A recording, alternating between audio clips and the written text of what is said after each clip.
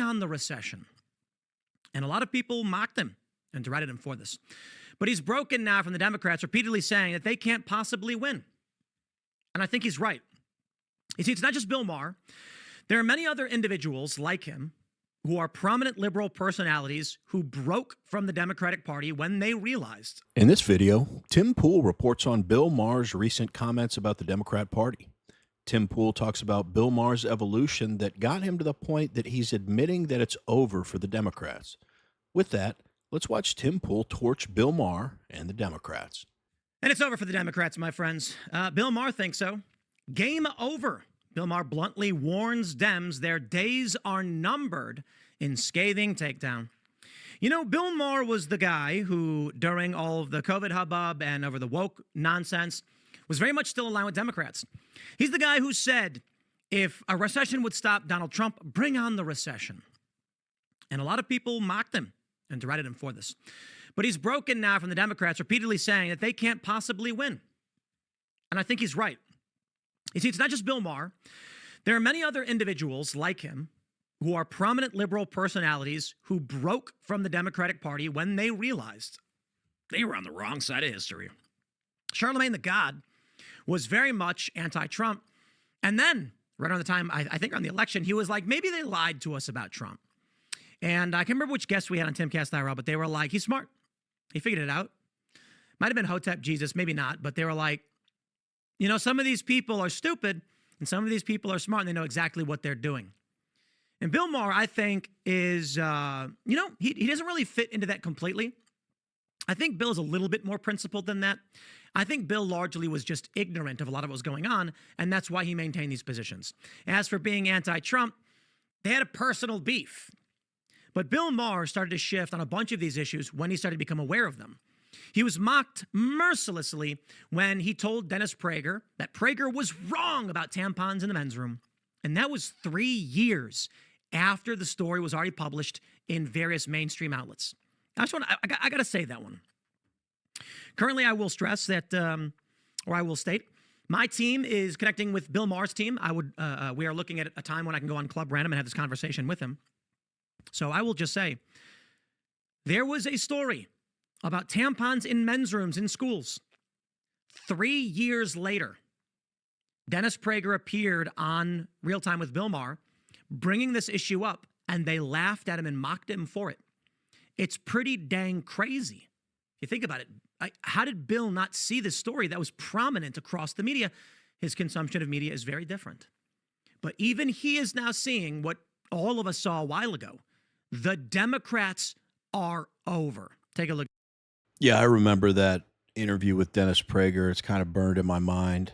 So Tim kind of gave this setup. I don't know if you guys saw it, but he was having a one-on-one on a show with Dennis Prager, and Dennis started talking about the left going too far and talked about tampons in boys' rooms. And Bill Maher looked at the audience like, I haven't heard of that one, or something to that effect. And the crowd just roared laughing like this guy was a complete idiot up there. Fast forward to now, and even though Bill Maher is still very much on the left, he's very anti-woke and he rips this stuff all the time. And that story just kind of highlights something that I've often thought about Bill Maher. I don't think Bill Maher follows the news that closely. I think he's got a huge team behind him that hands him questions to ask his guests, maybe some headlines. And he's smart enough and been interested in politics long enough that he's able to wade his way through it, because he's basically asking them questions. And then if he gets in trouble and gets in a conversation where he's out of his depth,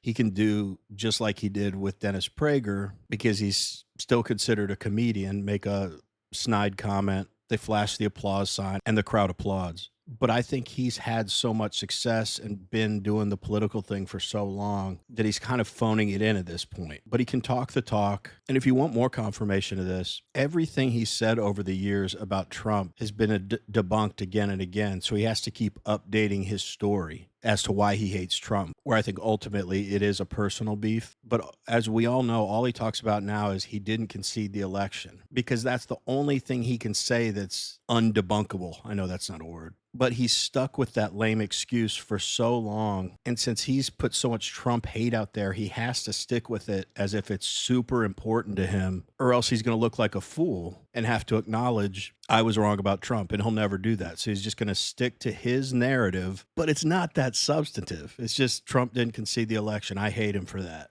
He's trying to upend democracy. But if you watch him on like Club Random or on his show, if anyone presses him too much about it, he gets visibly frustrated and annoyed and really doesn't have anywhere to go and just says, I don't want to talk about this anymore. So I just think Bill's had a long career. He's probably been following politics closely for a long time, but I don't know how many years ago he's experienced all this success and he's like, I don't want to have to follow this every minute. And that's why I argue that he's phoning it in. Anyway, let's get back to the video. Look at this. Actually, I don't know if the clip they're going to play is the actual clip. Let's play it and see what they've got. Network error.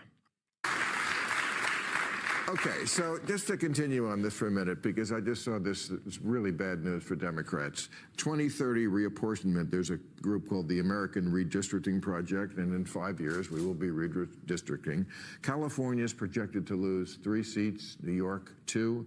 Also going to lose a seat, Minnesota, Oregon, Rhode Island, Illinois, all blue states. Who's getting these? Texas, Florida, Idaho, and Utah. I mean, this looks like game over, you know, and the reason why people are voting with their feet is a lot of what your book is about. Yeah, taxes and regulation. I certainly been screaming about it forever. I did 3 years with a sign here that said, how long is it going to take me to get my solar hooked up? 3 years. Talking about it on television in this state. You couldn't do it. This state has almost 400,000 regulations. I just put in a new roof because the fire, I thought, oh, let's get a roof that's not going to burn up. 2 inspections. Why are you inspecting my roof? It's my fucking roof. If it falls on me, that's my problem. Okay, I got to pause there. What? Bro, I can understand having to get exorbitant amounts of inspections and the burdensome cost and scheduling, but yo, we have building inspectors because houses last longer than you and you sell them. And so I suppose if you're buying a property, you can inspect it, and that's on Bill if you want to sell it later. But yeah, it is a problem when buildings collapse and are improperly inspected and it damages neighboring properties. That's why we do it. They're clapping for this? What are these liberals? What is happening? More than any other state. People are leaving these kind of states for places where they're not, they feel the heavy breath of government on them. Indeed. It's not that hard for Democrats to understand this, but they seem to be incapable of doing anything about it.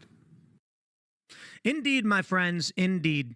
And in this tweet from Wall Street Apes, he says, Bill Maher says it's over. So let's just stress this point. It ain't even about the politics. And these numbers are wrong, I'll tell you.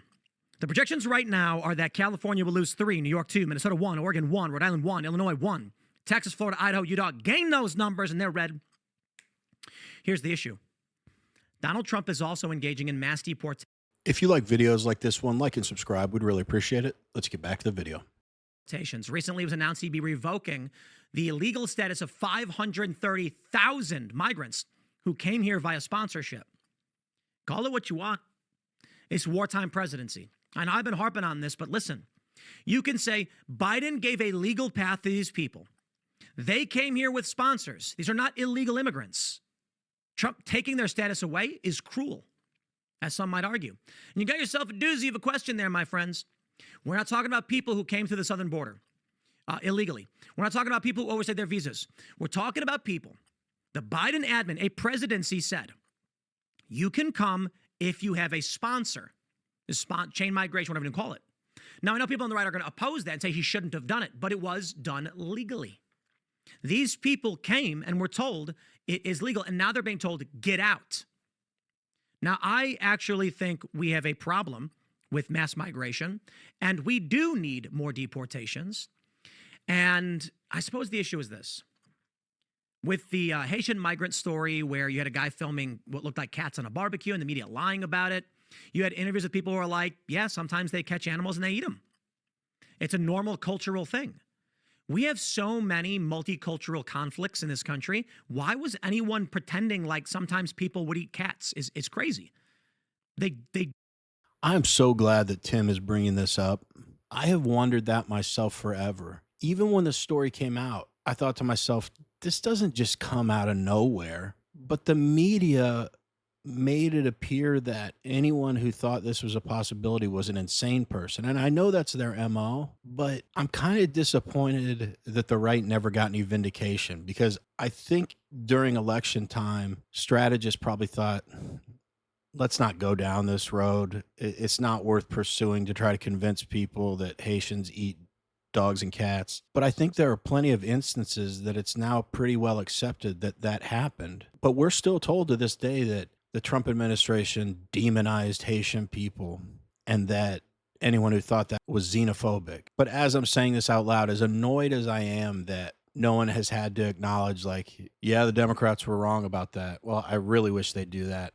I understand from a party perspective that the Republicans were just like, let's not relitigate this in the public square, because what do we really gain out of it then, other than we told you so? And if the American people don't side with the Republicans, then the left gets to label the right all these different things. So there's not much to gain from, like I said, relitigating it. So I kind of get it, but it does irritate me that that was literally used as a talking point during the election of how crazy and racist and xenophobic the Republicans are, when there are multiple instances of it happening. Anyway, let's wrap up the video.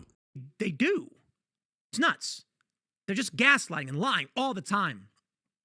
Now, look, I do not like the idea that a function of our government is we invited these people here, we did, and now we're kicking them out. However, welcome to wartime conflict where easy answers are hard to come by. Donald Trump is saying, we will not let these people skew the Electoral College by inviting in mass migration. So we're kicking them out. Biden had no right to do this. You see, as many people point out that it's something like 10 to 20 million illegal immigrants, depending on your high and low end numbers, there were millions of extradited legal immigrants who came to this country. And the left would say they're welcome to be here. That's tough, isn't it? Hey, look, it's not so easy for me. I don't know that I want to see these people who came here illegally have their status revoked and then booted. But that's politics. The people in this country are upset about mass migration, and we, who are the people of this country, have decided time to go home. Sorry. For whatever it's worth, I've lived in both Florida and California, and I will tell you, living in Florida, I enjoyed my time in California, but living in Florida, I would never, ever move back. All of us with our lives have enough challenges as it is, and I feel like overtaxing and overregulating people, it just adds headaches to your life. It's literally like a weight taken off my shoulders living in Florida, and it took a while for me to realize how different it was. I mean, one sign that it was very different was the first time I got the same paycheck that I'd been receiving in California and felt like I hit the lottery in Florida because there's no state income tax.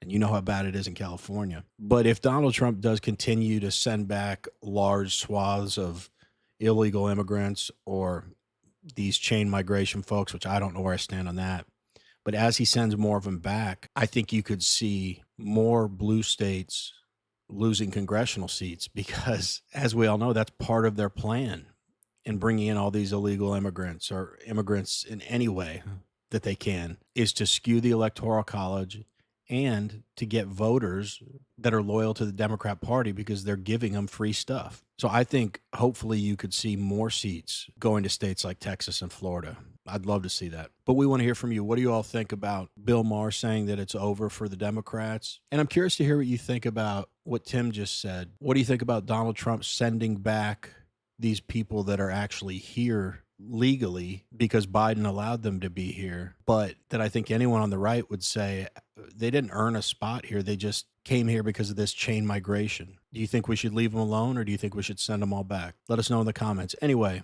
as always, really appreciate you watching, and we will see you on the next one.